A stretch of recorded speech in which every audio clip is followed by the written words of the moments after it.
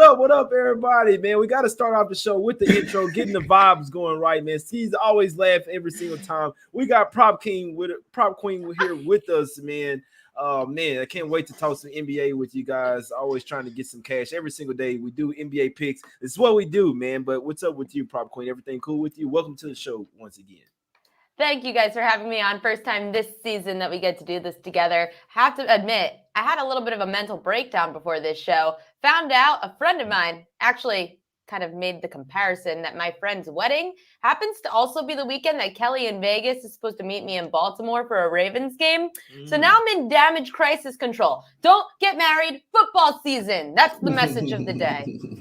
I like it. What's up with you, Skee, my brother? How you doing over there in the living room over there with the piano, man? You on the keys this morning? Hey, yeah, I'm doing well. And Shark got you right with the intro. He got you playing that big instrument. He be playing. I don't even know what instrument it is, but violin, my guy. Okay. I'm not an instrument guy.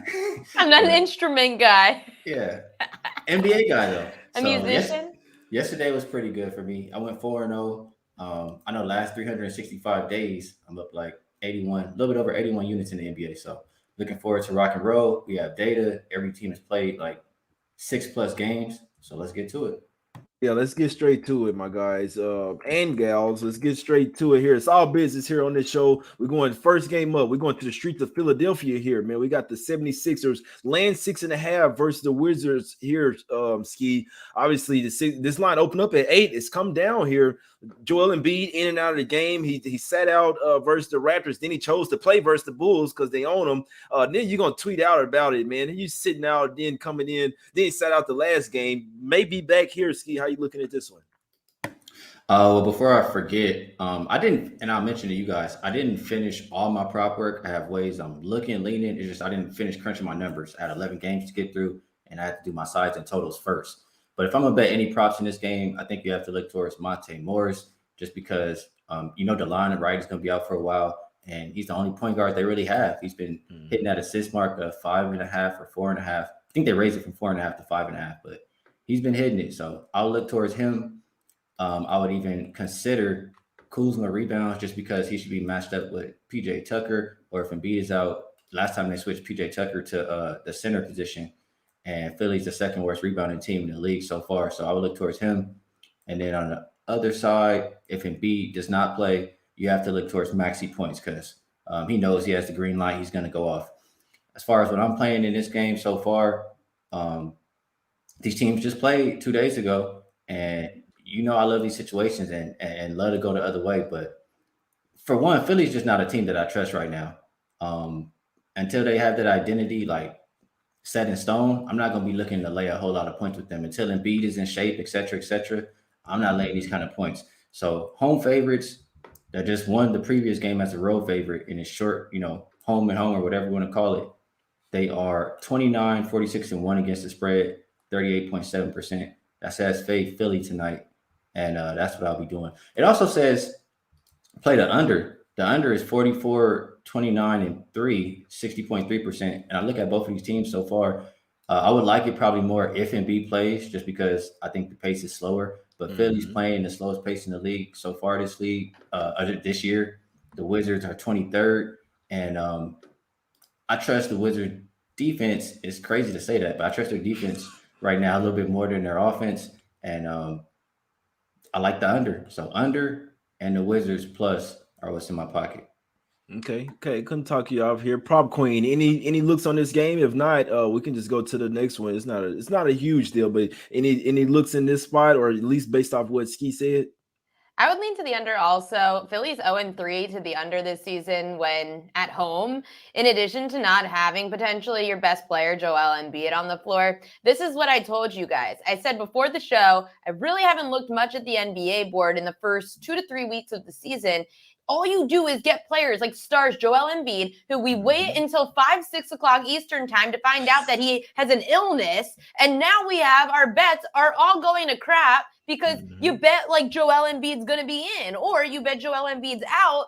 And then he plays all of a sudden because his stomach bug all of a sudden magically disappears because he wants to play tonight. These are the situations I hate early in the season. If anything, I lean to the under just because with or without Embiid, home unders in Philly seem to be the play so far. Exactly. Yeah, I'd like to lean the Wizards there with Skee. You made some good points there as well, Prop Queen. This one, yeah, I'm right there with you. People on the show know it pisses me off a lot, man. And I think they're really just choosing the spots they play. Like we know he's not sick. That's why he chose to play versus the Bulls, man. I don't respect this guy, man. Get your ass in shape. Get on the treadmill. Get on that bike over there, man. But yeah, this is one where I'm Doesn't looking he at want Embiid. an MVP? Yeah, Like, doesn't he want it? no, well, because last He year just want to cry about it. That's he all. did everything. He probably feels like he can't do more than he did last year. To be honest with you, he probably feels like that, and it's crazy because early season last year he wasn't sitting those games out because he was really going for MVP. So now he's probably just like he doesn't care. But regardless of this, I lean Wizards here. Teams that didn't cover in the last 10 games within 10-day period. This year, my guys, teams that have lost the first game against the spread and they play within 10 days, they're 8-3-1 against the spread. So they would say look towards the Wizards in this one. Obviously, they lost by 7. There was no Embiid in that one. Sixers have somewhat looked better without Embiid. It sounds kind of crazy, but if Embiid comes in, I think that means fade the Sixers in this spot, my guys. If he's out, they probably continue to play good, Harden and Maxey. Let's go over here to the streets of Cleveland real quick, where we got the Cavs getting 2 points versus the Boston Celtics here. We got a total sitting at 220 here. Prop Queen, you like some in this game? I love the Cavs. Give me the good defense in Cleveland. You've got a team that's got big men galore. I mean, like I was cracking up with Hakeem early in the season when we were talking about futures bets. Talk about the trees. And it's true because aside for the Celtics having Jason Tatum, their best player who has to do everything, he's the leading rebounder on the team, averaging just over 7 rebounds a game. Your best center is out, Robert Williams, for however many weeks. And now you're going to just rely on him. And Al Horford dropped off the planet. He averaged just under 8 rebounds a game last year. Now he's down to 5. I just don't trust anyone on the defensive side of the ball, especially for grabbing rebounds in Boston. I'll take the points with the home dog, the Cleveland Cavaliers, who just beat the Celtics in Boston in overtime, 132-123 on October 28th. I like the better defense here. In addition to Cleveland allowing the least points per game at home this season, they're allowing an average of just over 102 points a game at home, while the Celtics tail off offensively. They average more games at home than they do on the road. Give me the points with the Cavs. Yeah, she made some good points there, Skee. We know we've been rocking with them Cavs as well. This is, in theory, a revenge spot for the Celtics in this one. They didn't have Grant Williams in that last game. They do get him back here, Skee. Do you think that the Celtics can get some revenge, or do the Cavs continue to flourish here? And they may get Garland back as well. So another question: if Garland does come back, do you think that messes up the flow?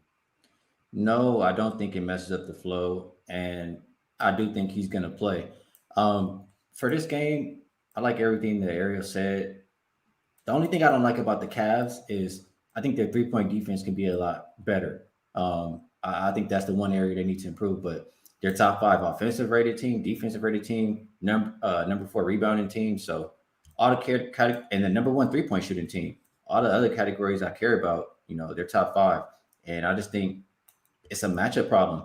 The trees, they're going to dominate versus Boston. So I got the team playing the better defense, the team at the house. I just trust the Cavs more. I got to take the points.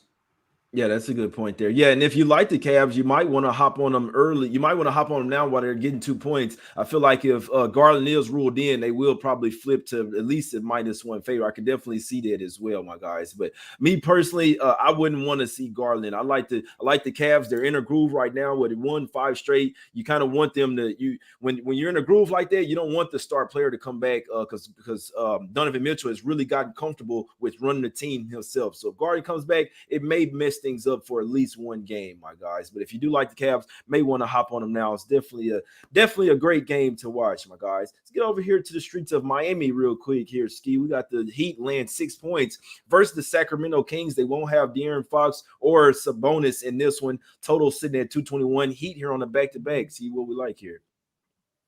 Yeah, it's another one of those, short turnaround situations. But for one, I got to say this, just watching that Heat game yesterday, the slow start that they had to the season, this Heat team wants to win. They want to win. They playing to win right now because they also they probably figure something out without Hero. Maybe they need to move Hero back to the bench because they was looking just fine as soon as he went down. But they started playing zone, bro. They started playing zone.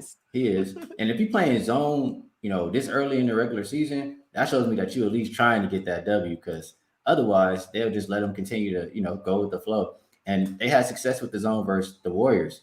Now I know it's a back-to-back, but they just had 2 days off before playing that Warriors team. Now you play the Kings, their best player. You can debate if you want to say Sabonis or Fox, but Fox is going to be out in this game. I just think Miami's defense is going to catch a rhythm right now. I think, they're hungry. I just think they're the right side. I don't go against the rest advantage too many times, but I did look up the situation. And what do I have here? Home favorites. They just played, 4 days ago, I think? Home favorites. They lost the first game as a favorite. I have them as 75, 50, and 4, 60% against the spread. And if they're on a back-to-back without travel, though, since 2000, they're 8-0 straight up. They're 7-0-1 against the spread. They win by 12.5 points per game. That says play the Miami Heat tonight. I think they're the better team. Like I said, they're hungry. And missing the best player for the Kings, I got to fade them. Heat -6.5. Yeah, that's a good point, man. And Mitch in the chat, man, Sabonis out as well. That's why you can't find any Sabonis props, man. He's out. But Prop Queen, you like anything? What you think about what Skee said? He throw out some good numbers there. Heat and revenge spot here. What you think here? I'd have to ride with Skee here and take the Heat also. I didn't really do much handicapping in this game. Hakeem really gave all the numbers that I asked for. Whenever I talk to Hakeem in the mornings, I say, hey, I'm going to tell you what I'm looking at. You tell me what you're looking at. He gives me his list of like 15 plays on the night. I go, Hakeem, which ones do you have statistical evidence to back up that you really believe in? And he ends up narrowing that list right down for me. That is the analysis that I ask for every morning. So the Miami Heat sounds like the play. Yeah, I couldn't talk you off that. Now they get them in their own backyard as well, where the Kings kind of took advantage of the Heat being on the West Coast for a little while. I believe that was their third straight game on the West Coast. Now you get the Kings. The situation has definitely flipped, and they were down 2 of their best players as well. They're on the East Coast, their third straight game as well. So maybe it starts to catch up with the Kings there. Definitely could see the Heat getting this one done. So you might have to ride with you on this one, my guy. Let's go up here to the streets of New York here, where we got the Knickerbockers laying 2 points, starting to get hit up to 2.5 now. A few books, some money coming in on the Knicks here. I had to wonder if it was an injury or something, but got the Hawks here. 5th game in 8 days, all on the road here, my guys. What are we doing in this one? Prop Queen, you like something in this one? I usually hate backing the Knicks. However, I'm going to lay the points with the Knicks tonight. It is just a great spot for New York. Not only are they 2-1 against the spread as a home favorite this season, they also get an Atlanta team that's 0-2 ATS on the road as an underdog. Now Atlanta in a terrible spot. They just came off a game against Milwaukee and Toronto, both on the road. The Hawks are struggling defensively, and especially on the road. They're allowing just under 122 points per game to their opponents on the road and just over 110 at home. So when you look at how much the defense has trailed off on the road games, it's a lot more apparent for the Hawks' defensive struggles. Nonetheless, the Knicks are averaging the most points at home this season, 126 points per game in their few home games. I'll take the team that's heating up right now with Jalen Brunson, RJ Barrett averaging just over 20 points a game at home against the struggling road defense in Atlanta. Lay the points with the Knicks.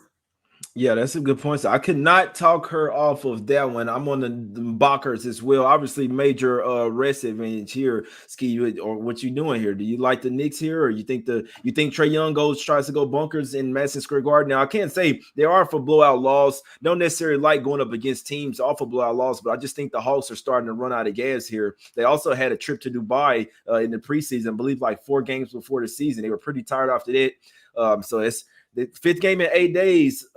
Skee, it's a tough spot here on the road. You like anything here? Yeah, I've talked to you a lot so far this season, even before the season, Jay, and talking about this Hawks team. We like the starting 5. I mean, how much do they have after that? And that's probably, I want to start fading them in situations like this where they can get tired. 5th game in 8 days, 4th straight game on the road. I mean, once some starters come out, things could get ugly. And to what Prop Queen said on this one, they're not good on the road. Going back to the beginning of last season as a road dog, they're 7-24 straight up, 22.6%, 9-21-1 against the spread, 30%.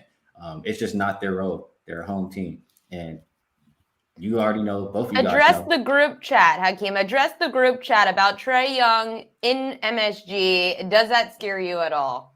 No. I mean, it's not. I love Trae Young. He's a great player, but it's just, I mean, you got to look at it from the other side too. Aren't the Knicks going to want to come and shut him up and prove something to him. I mean, it's a two-way street here. And the Knicks are the team who has the rest advantage. Home favorites with the rest advantage win 72.5% of the time. So not Atlanta's role. Got the rest advantage with the Knicks. You know they want to give it to Trae Young in Atlanta. I got to roll with the Knicks here. Easy call. Yeah, I'm right there with you. Not easy, man, but I do No, want. it ain't easy I to am win, rocking but with the Knicks here. no way in hell I'm taking the Hawks. That's all I'm saying. Yeah, it's definitely not a situation. I believe this is their fifth straight road game, all in the 8-day span as well. It's not a good spot for the Hawks here. Obviously, nothing's guaranteed. Anything is possible, but yeah, I'm rocking with the Knicks here as well. This line did come down from 2.5 to 1.5. It's starting to trickle back up to 2.5 now. I agree with it, my guys. We're liking the Knicks minus the 2.5. Let's go over here. Yeah, we want to talk about this. So we're going over here to the streets of Houston real quick, man. We got the Rockets getting 5 points versus the Clippers, man. RIP takeoff over there in Houston, man. But the Clippers did just barely beat this Rockets team, right? This is the first game back at the house for the Rockets off of a 4-game homestand, and then they get this 4-game road trip, and then now they got a 1 home game, and then they head back out on the road for 4 more road games. So this Rockets team is all over the place. Skee, do you think that they can keep it close versus the struggling Clippers team again? I mean, they have a shot. This Clippers team, the one thing I can say for the Rockets, they've been rebounding the ball a lot better than the Clippers have. And I trust their offense more than I trust the Clippers just because the Clippers have been terrible offensively. Now, with that said, I don't trust the Rockets defense at all.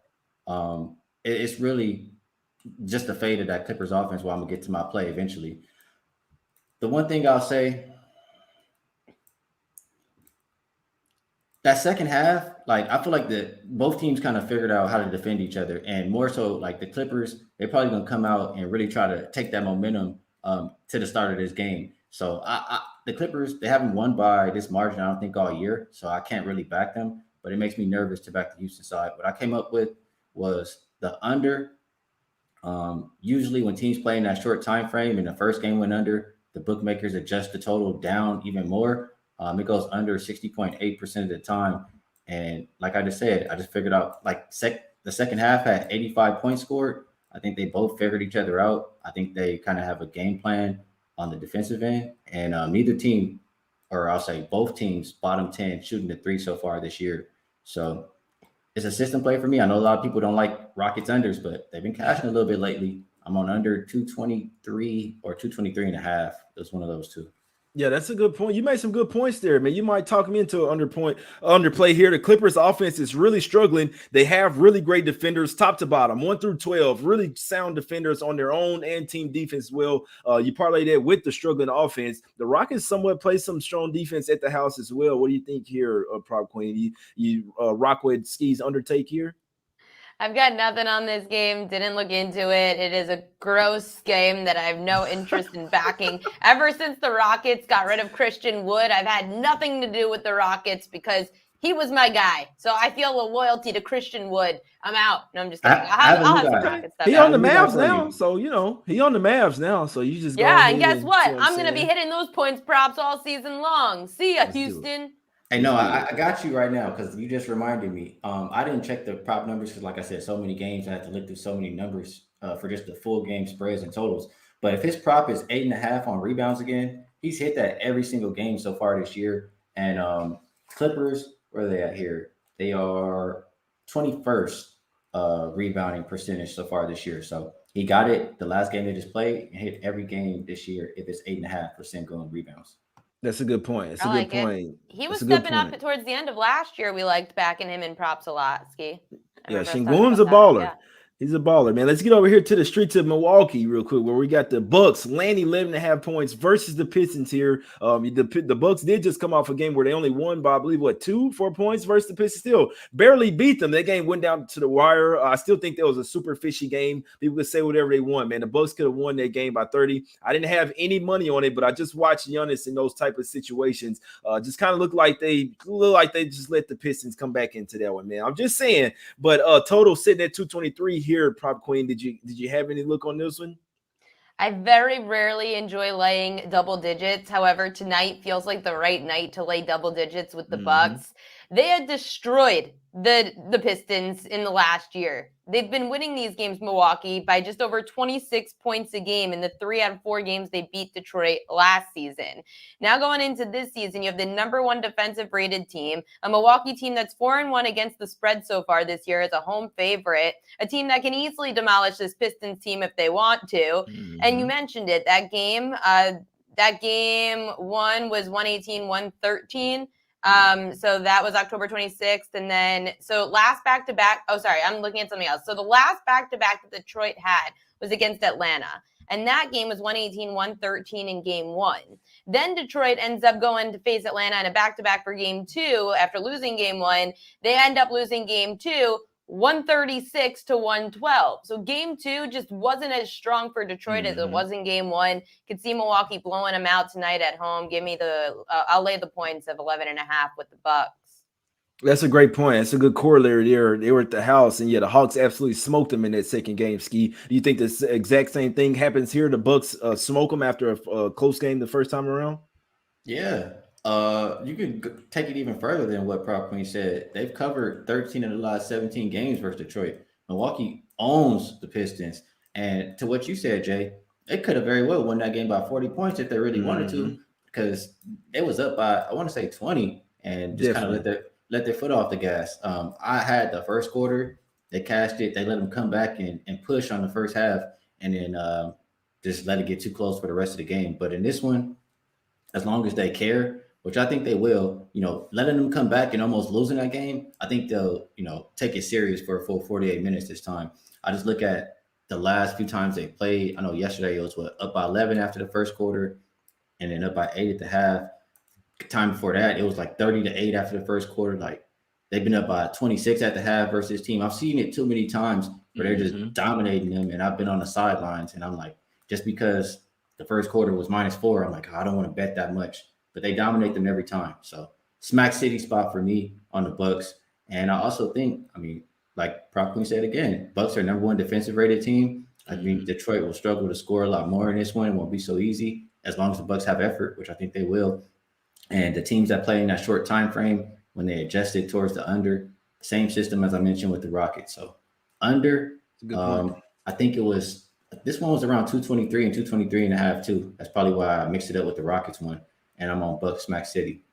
Yeah, 223, my guy. Two Michael Jordans, as Lil Wayne said, man. My guy started and Chad said he likes the under as well. Bucks have been at the house. This is their 6th straight home game. They've won 6 straight games already, 5-1 against the spread. Only thing that I'd be worried about, the fact that the last game was at 13 and this one opened up at 11, the whole 2 points lower. So that's the only thing that I would worry about in this one, my guys. But let's go. Speaking of Christian Wood, since we're talking about, let's go over to the streets of Dallas real quick. We got 3 more games here. Mavs land 6 at the house versus the Jazz.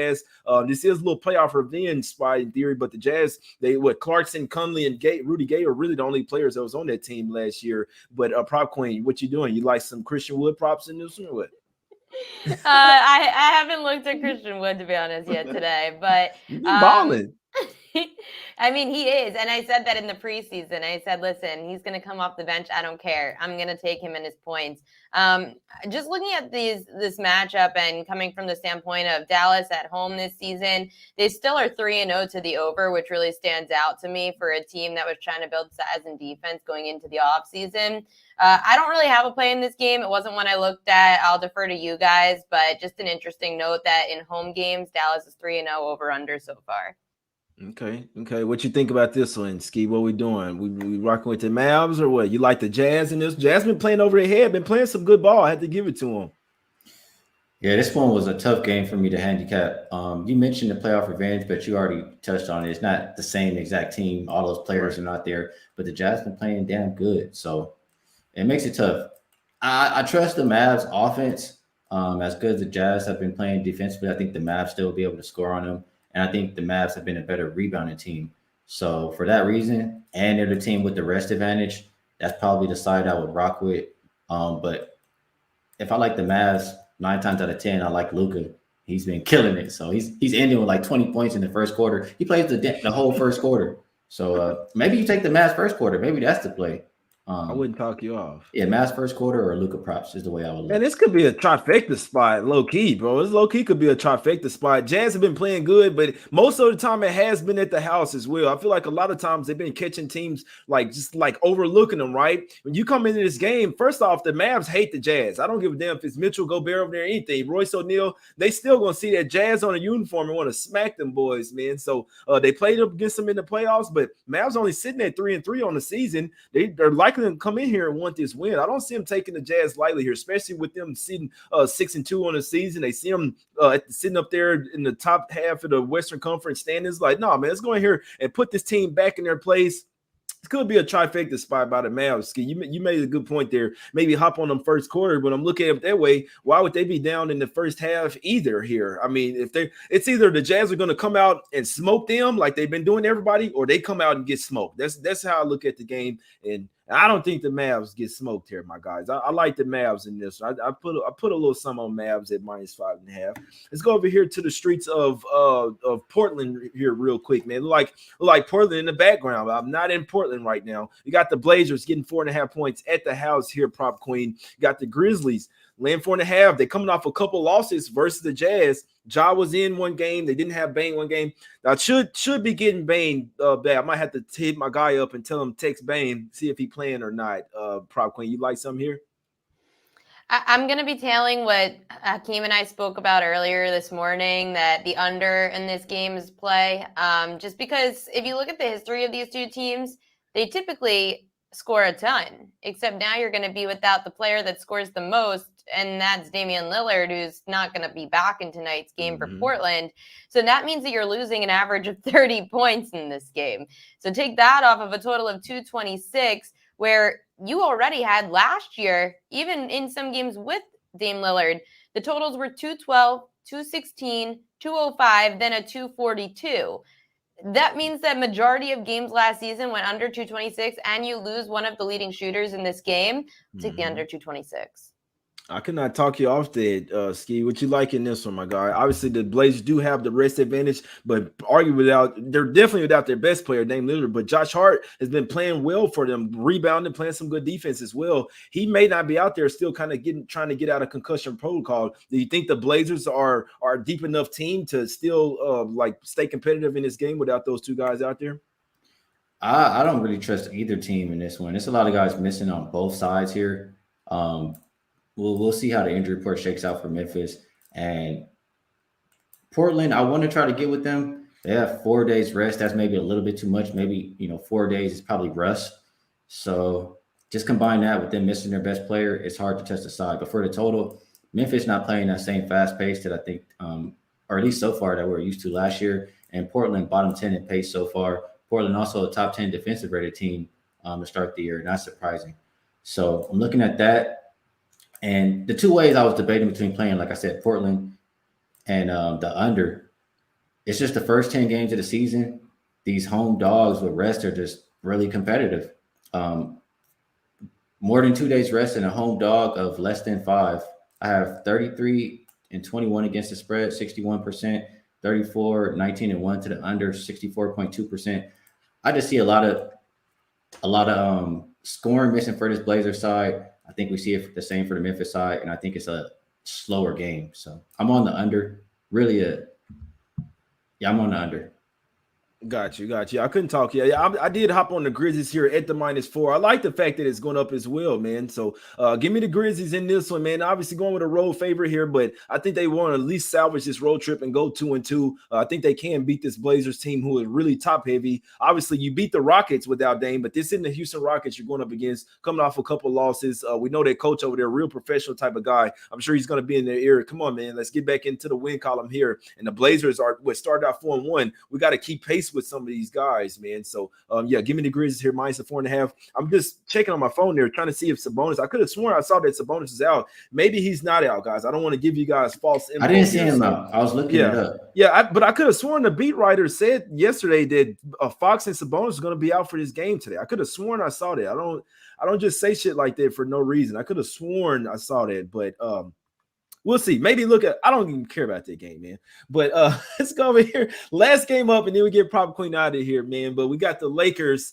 Both of you guys out of here. I know we got stuff to do, man. We got the Lakers getting 3 at the house versus the Pelicans. We go ahead and get Skee out of here right now. You see what I'm saying? We're gonna let Skee get off the show right now. Before Great one to end with. Before we get the slander. No, I'm not slandering the Lakers. I mean, I am.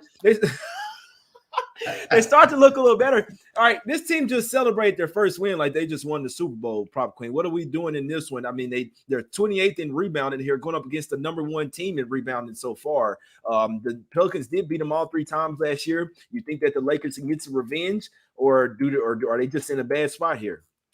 If you think that I would come on a show with Hakeem Prophet and ever dare to give out the Lakers, you are out of your mind. I yell at Hakeem every day because I look at his card and I go, and let me tell you, there have been times where Hakeem has cropped out the Lakers play on his card and sent it to me and goes, I left one out. I go, I could tell because I'm not backing those Lakers. They are atrocious. They have one cover this year. They are, weirdly enough, even worse at home. And nonetheless, the Pelicans are better on the road too. The Pelicans go from being inside the bottom 15 in points scored on the road, or excuse me, at home, to then on the road, they're a top 10 scoring offense, one of a better no way on the Lakers. Pelicans are nothing for me. Yeah, I'm right there with you. I took the Pelicans -3. Obviously, I mean, it's a lot of people on it. You can stay off of it. You don't like it, but I'm rocking with the Pelicans here. If the Lakers own them, Skee, I'm sure you know they had won 7 out of the last 8 games. He definitely wants to take it. But now it's flipped, though. Now the Pelicans have started to own the Lakers, and I think it's going to continue as well. The Pelicans are on an upward trajectory. I'm not going to say the Lakers are on a downward trajectory because I do think they'll be better from last year. But the Pelicans got Zion this time around. They won't have Ingram, but I just think the Pelicans have too much defense for them. They're too deep of a team. The Lakers, Westbrook, I mean, he wasn't playing bad off the bench. You going 18, 8, and 8. That you can't slander Westbrook with those type of numbers. They're a triple-double off the bench, my guys. But I don't think he's going to be doing up against guys like Jose Alvarado, Trey Murphy, Najee Marshall. These guys got some ballers over here, man. They want to kick teams while they're down as well. Give me the Pelicans here -3, Skee. Give us some type of case for the Lakers, man. Come on, it's your team. You at least got to come up with one of them. Come on, Wham, in the chat. Something, man. Come on. I thought I was slick trying to cop out the Lakers on the field when I sent you my plays for the day. I didn't think you know. It's not the first time. But you caught me. Definitely got me there. For this game, and I'm not gonna let y'all dog my Lakers. I gotta say a little something here, man. They got to win just in that last game, so they have some kind of confidence coming into this one. Super Bowl. What you talked about, like, has Westbrook, finally found and is embracing his role? Because 18, 8, and 8, he looked damn good. I didn't have a bad thing to say about him in the last game. I'm like, if you keep this going, he could stay. So you switch up so quick, bro. Come on, man. hey, he was acting like he didn't want to accept that role and like he wasn't going to do it. But the way he was leading the second unit, and it looked just like him on any of these other teams, the Wizards and OKC, etc. So if he can help our bench like that, I just like the way the Lakers are feeling about themselves after getting that win. I think that carries over into this game.